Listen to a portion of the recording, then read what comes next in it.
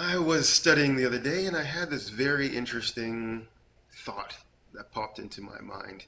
And this was that, in each generation that goes by, the social environment is very different and they need different, let's say, they have a different environment of health in each generation.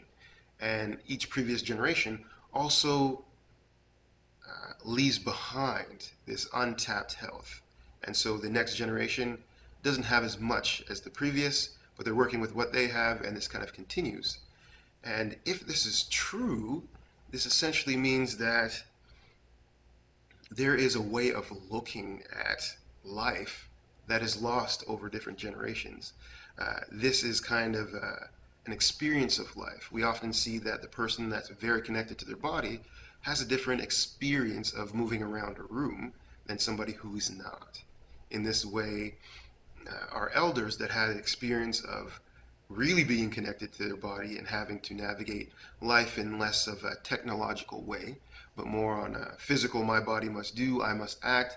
This is how I see things. This is how I've been acting on life, and very kind of centered around those actions, these things that we'd more call uh, morals or ways of life, and really adhering to those ways of life, they have a certain solidness about them.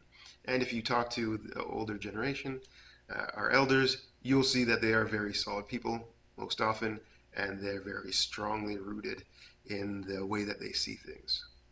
There's always a good version and a bad version. You can be just a stubborn but loving individual and have the same feel of what a very sage individual would be like. They would be hard to change their mind, but also they will be very grounded in their thoughts. Now, in this way, we always have this, what does the real version look like versus the fake version, right? They're I often find that they're very similar in how we perceive them, but they afford two different experiences. This is kind of the person that has high confidence might look like that alpha male leader individual who's taking charge and getting things done. But after a year of being in this position, their health goes uh, very much to the pits, if we want to call it something.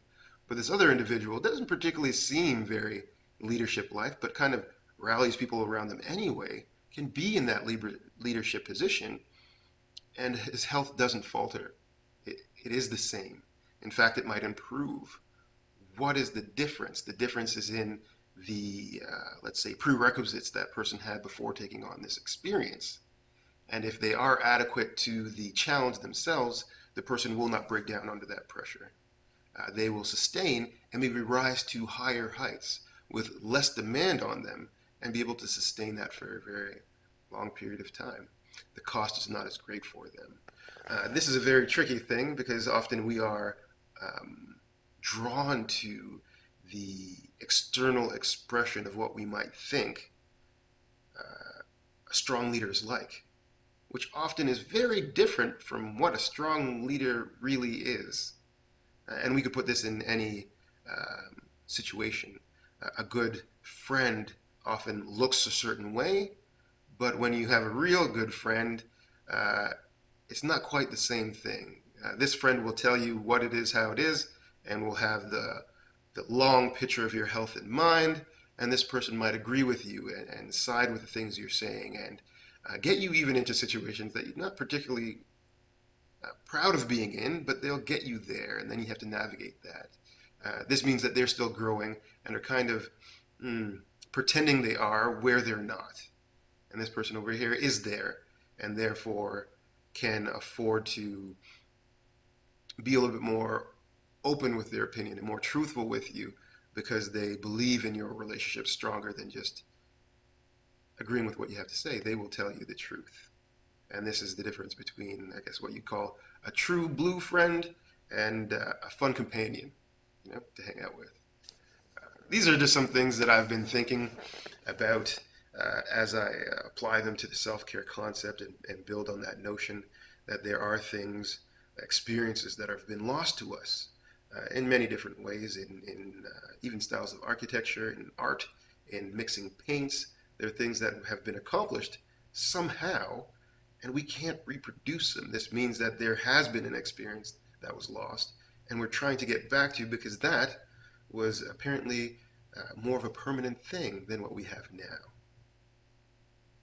And if this is the case with those kind of things, then this must also be the case with preserving one's health. In that, in the olden days, they had to do everything possible because they didn't have the technological, let's say, advances we have. That means that they can't afford to make mistakes that we willingly make. They have to keep things on the kind of up and up, if you will. This leads to an interesting way of leading life that seems to me to be a lot more centered in the human being as opposed to external devices. And this is intriguing to me as a self-care professional.